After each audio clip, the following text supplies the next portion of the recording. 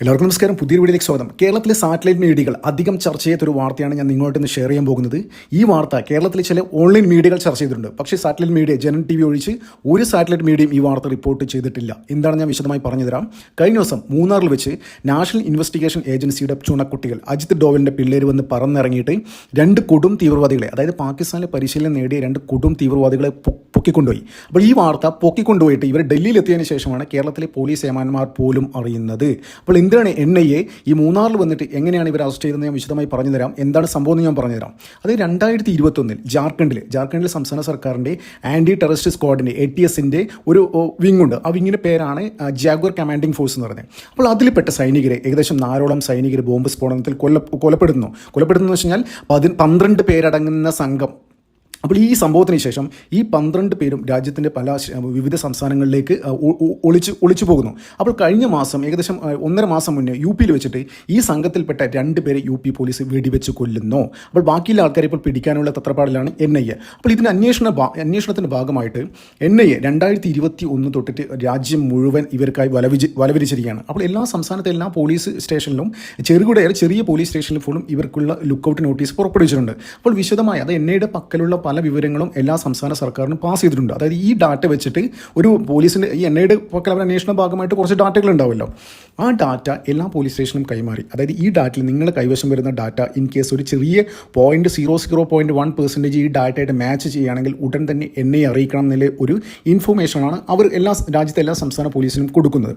അപ്പോൾ അങ്ങനെ ഇരിക്കുകയാണ് ഏകദേശം ഈ ഗ്രൂപ്പിൽപ്പെട്ട 2 ആളെ UP പോലീസ് വെടിവെച്ച് കൊല്ലുന്നത്. അപ്പോൾ അതുമായി തുടർന്ന് അന്വേഷണത്തിൻ്റെ ഭാഗമായിട്ട് ഒരുപാട് സാമ്പിൾ ഡാറ്റകൾ കളക്ട് ചെയ്യുന്നു. അപ്പോൾ NIAയുടെ ഒരു സ്ട്രാറ്റജി എന്ന് വെച്ച് കഴിഞ്ഞാൽ നമ്മുടെ കേരള പോലീസിനെ മാറില്ല. കേരള പോലീസിൻ്റെ ടേബിളിൽ ഒരു കേസ്, ഒരു പ്രമാദമായ ഒരു കോൺട്രവേഴ്ഷ്യൽ കേസ് എത്തിക്കഴിഞ്ഞ് കഴിഞ്ഞാൽ അവർ ആദ്യം വളരെ കൂലങ്കഷമായിട്ട് അത് അന്വേഷിക്കും. പക്ഷേ നേരെ അത് കഴിഞ്ഞിട്ട് കുറച്ച് നാൾ കഴിയുമ്പോൾ അതിനെക്കാട്ടും കോൺട്രവേഴ്ഷ്യലുള്ള ഒരു കേസ് അവരുടെ ടേബിളിൽ വന്നു കഴിഞ്ഞാൽ ഇത് അവിടെ കിടക്കും. പിന്നീട് അതിനെക്കുറിച്ചുള്ള അന്വേഷണം ഉണ്ടാവില്ല. പിന്നീട് നമ്മൾ കുറച്ച് കാലം കഴിയുമ്പോൾ അതിൻ്റെ ആ ഒരു ഇൻറ്റൻസിറ്റിയൊക്കെ പോകും. പിന്നെ ജനങ്ങൾ മറക്കും. പിന്നെ അത് ഇവർക്ക് വേണമെങ്കിൽ ഒത്തുതീർക്കാം. അങ്ങനെയുള്ള കാര്യങ്ങളാണ് ഇവിടെ നടക്കുന്നത്. പക്ഷേ NIAയുടെ ഒരു സ്ട്രാറ്റജി, ഒരു ഇൻവെസ്റ്റിഗേഷൻ സ്ട്രാറ്റജി ടോട്ടൽ ഡിഫറൻ്റ് ആണ്. അവരുടെ ടേബിളിൽ ഒരു കേസ് എത്തിക്കഴിഞ്ഞ് കഴിഞ്ഞാൽ അവരത് ഫിനിഷ് ചെയ്യും. അത് എങ്ങനെയായാലും എത്ര വർഷം എടുത്തു കഴിഞ്ഞാൽ അവർ പിടിക്കുക. ലോകത്തിൻ്റെ ഏത് കോണിൽ പോയി ഒളിച്ചു കഴിഞ്ഞാൽ അവരെ പിടിക്കുന്നുള്ള കാര്യത്തിൽ ഒരു സംശയമില്ല. അപ്പോൾ അങ്ങനെ നോക്കുകയാണെങ്കിൽ 2021 സംഭവം നടന്ന് എല്ലാവരും പല സംസ്ഥാനത്തേക്ക് പോകുന്നു, അന്വേഷിച്ചുകൊണ്ടിരിക്കുകയാണ്. അപ്പോൾ ഇങ്ങനെ അന്വേഷിച്ചുകൊണ്ടിരിക്കുമ്പോൾ ഇവർ ഇതിൽ പങ്കെടുത്ത ഈ സ്ഫോടനം നടത്തിയല്ലോ ജാർഖണ്ഡിൽ. അപ്പോൾ സ്ഫോടനം നടത്തുന്ന ആ ഏരിയയിലൊക്കെ ഫുള്ള് ഫിംഗർ പ്രിൻറ്റ് അങ്ങനെയുള്ള കാര്യങ്ങളൊക്കെ എല്ലാ ഡീറ്റെയിൽസും അവർക്ക് ഭാവി ഇൻവെസ്റ്റിഗേഷന് വേണ്ട ഉതകുന്ന ഹെൽപ്പ് ചെയ്യുന്ന എല്ലാ ഡീറ്റെയിൽസും അവർ അവിടെ നിന്ന് പെറുക്കിയെടുത്തിരുന്നു. അപ്പോൾ അതിൻ്റെ ഭാഗമായിട്ട് ഇവന്മാരുടെ ഫിംഗർ പ്രിൻ്റൊക്കെ കറക്റ്റ് നോട്ട് ചെയ്തിരുന്നു. അപ്പോൾ രാജ്യത്തെ എല്ലാ പോലീസ് സ്റ്റേഷനിലും ഞാൻ പറഞ്ഞില്ല നേരത്തെ ഇവരെക്കുറിച്ചുള്ള വിശദമായ വിവരങ്ങൾ പാസ് ചെയ്തിരുന്നു. ആ പാസ് ചെയ്യുന്നതിൻ്റെ കൂട്ടത്തിൽ ഇത്തരം ഇവരുടെ ഫിംഗർ പ്രിൻറ്റുകളും കൊടുത്തിരുന്നു. ഇൻ കേസ് നിങ്ങളുടെ പക്കൽ വരുന്ന ഡാറ്റ എപ്പോഴെങ്കിലും ഇതായിട്ട് മാച്ച് ചെയ്യുകയാണെങ്കിൽ ഉടൻ തന്നെ അവരെ പൊക്കണം എന്നുള്ള ഒരു ഇൻഫർമേഷനാണ് കൊടുത്തത്. അപ്പോൾ ഇങ്ങനെ അന്വേഷണം തുടർന്നുകൊണ്ടിരിക്കുകയാണ്. 2020 കഴിഞ്ഞ 4 വർഷമായിട്ട് അന്വേഷിച്ചുകൊണ്ടിരിക്കുകയാണ്. അപ്പോൾ അങ്ങനെ ഇരിക്കുകയാണ് പൊടുന്നനെ NIAയുടെ ഡാറ്റ NIA ഈ പോലീസിൻ്റെ NIA ഉണ്ടല്ലോ, രാജ്യത്തെ എല്ലാ സംസ്ഥാനത്തെയും പോലീസിൻ്റെ ഡാറ്റാബേസ് ആക്സസ് ചെയ്യാനുള്ള ഒരു അപ്പോൾ അവിടെ അപ്ലോഡ് ചെയ്യുന്ന പല കാര്യങ്ങളും ഇവർക്ക് ആക്സസ് ചെയ്യാൻ പറ്റും. അപ്പോൾ അങ്ങനെ ഇരിക്കുകയാണ് കേരളത്തിൽ നിന്ന് അപ്ലോഡ് ചെയ്ത ഒരു സെറ്റ് ഓഫ് ഡാറ്റ, അതായത് ഏകദേശം 300-ഓളം പേരുടെ ഒരുമിച്ച് അപ്ലോഡ് ചെയ്ത ഒരു ഡാറ്റയിൽ ഈ ജാർഖണ്ഡിൽ നിന്ന് ഈ സ്ഫോടനത്തിൻ്റെ ആ സ്പോട്ടിൽ നിന്ന് എടുത്ത ഫിംഗർ പ്രിൻറ്റും ഈ കേരളത്തിൽ നിന്ന് അപ്ലോഡ് ചെയ്ത ആൾക്കാരുടെ ഏകദേശം 300-ഓളം അപ്ലോഡ് ചെയ്തല്ലോ ഫിംഗർ പ്രിൻ്റൊക്കെ, അതിൽ 2 പേരുടെ മാച്ച് ആവുന്നു. അപ്പോൾ അവർക്ക് മനസ്സിലായി ഈ സംഭവത്തിൽ പങ്കെടുത്ത ആൾക്കാർ ഇവിടെയുണ്ട്. അപ്പോൾ അങ്ങനെ പറന്ന് ഇവിടെ എത്തി. ഒരാൾ പോലീസ് പോലും അറിഞ്ഞില്ല, 2 പേരെ തൂക്കിയെടുത്തുകൊണ്ടായി.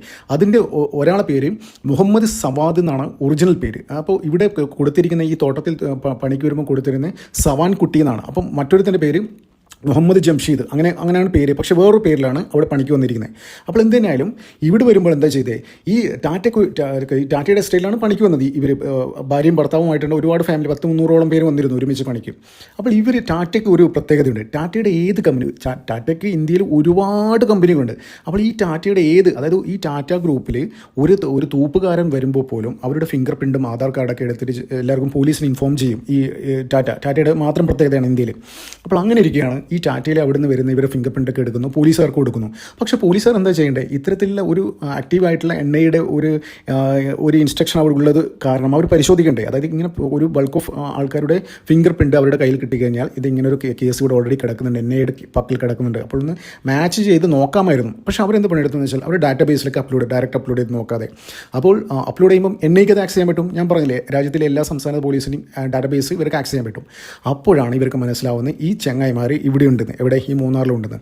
അപ്പോൾ കേരള പോലീസിനെ പോലും അറിയിച്ചില്ല, ഉടൻ തന്നെ പറഞ്ഞ് ഇവിടെ എത്തുന്നു, അവന്മാരെ പിടിച്ചു കൊണ്ടുവന്നു. അപ്പോൾ ഇപ്പോൾ പുറത്തു വരുന്ന റിപ്പോർട്ട് പ്രകാരം ഇവർ പിടികൂടിയ ആൾക്കാരുണ്ടല്ലോ, ഈ മുഹമ്മദ് ജംഷീർ എന്ന ഈ രണ്ട് പേരും പാകിസ്ഥാനിലെ ബഹാവൽപൂരിൽ ജെയ്ഷെ മുഹമ്മദിൻ്റെ അവിടെ പരിശീലനം ലഭിച്ച തീവ്രവാദികളാണെന്നാണ് ഇപ്പോൾ പുറത്തു വരുന്നത്. ഈ ബഹാവൽപൂർ നിങ്ങൾക്ക് ഓർമ്മയുണ്ടോയെന്നറിയില്ല, നമ്മുടെ ഈ അടുത്ത കാലത്ത് നടന്ന ഓപ്പറേഷൻ സിന്ദൂരിലെ, ഈ ഓപ്പറേഷൻ സിന്ദൂരിൻ്റെ സമയത്ത് ഇന്ത്യ അറ്റാക്ക് ചെയ്ത് നശിപ്പിച്ച ഒരു സ്ഥലമായിരുന്നു ഈ ജെയ്ഷയുടെ ഹെഡ് ക്വാർട്ടേഴ്സ്, മസൂദ് അസറിൻ്റെ ഹെഡ് ക്വാർട്ടേഴ്സ് ഇല്ലേ ബഹാവൽപൂരിലെ.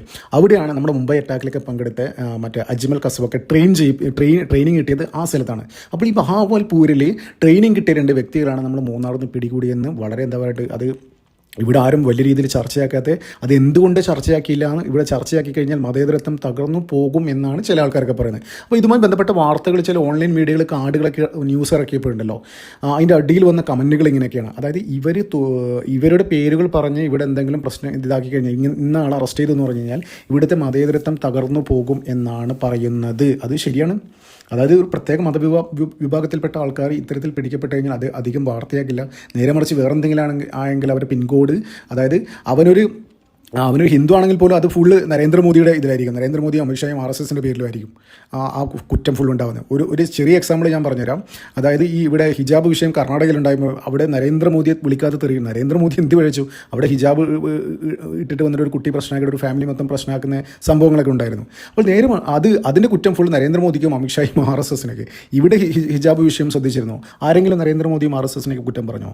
പക്ഷേ പറയാൻ ശ്രമിച്ചു. ഹൈബീഡനൊക്കെ ഒരു തുമ്പും പാലും ഇല്ലാത്ത രീതിയിലാണ് പറഞ്ഞത്. അതായത് ഈ പ്രശ്നങ്ങൾ ഉണ്ടാക്കിയൊക്കെ SDP ഇതൊക്കെയാണ്. പക്ഷേ അവസാനം എല്ലാം പറഞ്ഞ് പ്രശ്നം സോൾവ് ചെയ്തപ്പോൾ ഈ കുറ്റം ഫുള്ള് BJPയുടെ പേരിലും. എന്താണ് BJP ആണ് ഇത് സമൂഹത്തിന് മുന്നിൽ തുറന്നു കാട്ടിയത്, ഇവർ എക്സ്പോസ് ചെയ്തത്, ഇവരുടെ ഡബിൾ സ്റ്റാൻഡേർഡ് തുറന്നു കാട്ടിയത്.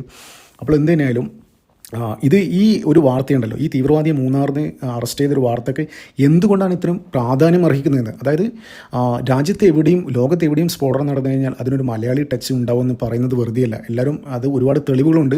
നമ്മുടെ ഫ്രാൻസിലെ ചാർലി ഹെബ്ദോ കാർട്ടൂണുമായി ബന്ധപ്പെട്ടൊക്കെ അതിലും ഒരു മലയാളി സ്പർശമുണ്ടായിരുന്നു, നിങ്ങൾക്ക് ഓർമ്മയുണ്ടാവും. അപ്പോൾ എന്ത് തന്നെയാലും ഇവിടെ നടക്കുന്ന പല രാജ്യത്ത് നടക്കുന്ന തീവ്രവാദ പ്രവർത്തനം ഓരോ കാര്യങ്ങൾ ചെയ്തിട്ട് അവർ അഭയസ്ഥാനമായിട്ട് കേരളത്തിലെയാണ് കാണുന്നത്. അതാണ് ഏറ്റവും ദുഃഖകരമായ കാര്യം. അത് വലിയ രീതിയിൽ ഇവിടെ ചർച്ചയാക്കാതെ ഇവിടുത്തെ വോട്ട് ഒരു പ്രത്യേക ഒരു കമ്മ്യൂണിറ്റിയെ തൃപ്തിപ്പെടുത്താൻ വേണ്ടിയിട്ടും അത്തരം കാര്യങ്ങളൊക്കെ ചെയ്യുന്ന പൊളിറ്റിക്കൽ പാർട്ടി രാജ്യത്തിന് ശരിക്കും അപകടം തന്നെയാണ്. ഇതൊക്കെ ശരിക്കും ചർച്ചയാക്കണം. നാളെ ഇത്തരത്തിലുള്ള ഒരു കാര്യം ഏതെങ്കിലും ജോലി സ്ഥലത്ത് ഇങ്ങനെയുള്ള സംശയാസ്പദമായിട്ട് പല ആൾക്കാരും വന്നിട്ടുണ്ടെങ്കിൽ ഉടൻ തന്നെ പോലീസിനെ അറിയിക്കുക. ഇപ്പം നമുക്ക് ഒരുപാട് മാർഗ്ഗങ്ങളുണ്ട്. NIA നമുക്ക് നേരിട്ട് അറിയിക്കാം. NIAയുടെ ഫോൺ നമ്പർ ഉണ്ട്, NIAയുടെ വെബ്സൈറ്റിൽ നമുക്ക് കംപ്ലയിൻറ്റ് ലോഡ്ജ് ചെയ്യാം. അങ്ങനെയുള്ള കാര്യങ്ങളൊക്കെ ഇപ്പോൾ അവൈലബിൾ ആണ്. അപ്പോൾ ഇത് ശരിക്കും അവെയർ ആവണം. ഇത്തരത്തിലുള്ള എന്തെങ്കിലും സംശയാസ്പദമായി ഏതെങ്കിലും തൊഴിലെടുത്ത്, അതായത് നിങ്ങളുടെ തൊഴിലെടുത്ത് ഇങ്ങനെ ആരെങ്കിലും ഉണ്ടെങ്കിൽ NIA അറിയിക്കേണ്ട നമ്മുടെ ബാധ്യതയാണ്. അപ്പോൾ ഇതൊക്കെ ഒരു ഊർജ്ജമാവും. അതായത് ഈ ഇത്തരം കാര്യങ്ങൾ അവരെ അറിയിക്കുന്നതിൽ. അപ്പോൾ ഇതൊന്നും ജനങ്ങളെ ബോധ്യപ്പെടുത്താതെ ഇങ്ങനെ മറച്ചു വെച്ച് ഇത് ന്യൂനപക്ഷ പീഡനമാണ്, നരേന്ദ്രമോദി സർക്കാർ ന്യൂനപക്ഷത്തെ പീഡിപ്പിക്കുന്നതെന്നൊക്കെ പറയുന്നത്. ഇവിടെ രാജ്യദ്രോഹം നടന്നത് നമ്മുടെ സൈനികരെ അതിക്രൂരമായി ഇത് ചെയ്ത ആൾക്കാരൊക്കെയാണ് പിടിച്ചുകൊണ്ട് പോകുന്നത് NIA. എന്നാൽ പോലും ഇത്തരം വാർത്തകൾ കേരളത്തിൽ ചർച്ചയാവുന്നില്ല. പിന്നെ അതുമാത്രമല്ല, ഇതിൻ്റെ ഗൗരവം എന്ന് വെച്ച് കഴിഞ്ഞാൽ എല്ലാവരും ഇങ്ങോട്ട് ചേക്കേറുന്നു എന്ന്. അപ്പോൾ എന്തിനാലും NIA വന്ന് പിടിച്ചുകൊണ്ടത് കൊടും കുറ്റവാളികളാണ്. അജിത് ഡോവലിൻ്റെ പിള്ളേർ അതിഗംഭീരമായിട്ട് തന്നെ അത് ചെയ്തു. ഇനി ഇതുമായി ബന്ധപ്പെട്ട് വരും ദിവസങ്ങളിൽ വലിയ ചർച്ചകൾ നമുക്ക് പ്രതീക്ഷിക്കാം. നമുക്കതിനായി കാത്തിരിക്കാം. നന്ദി, നമസ്കാരം. മറ്റൊരു വീഡിയോ കാണാം.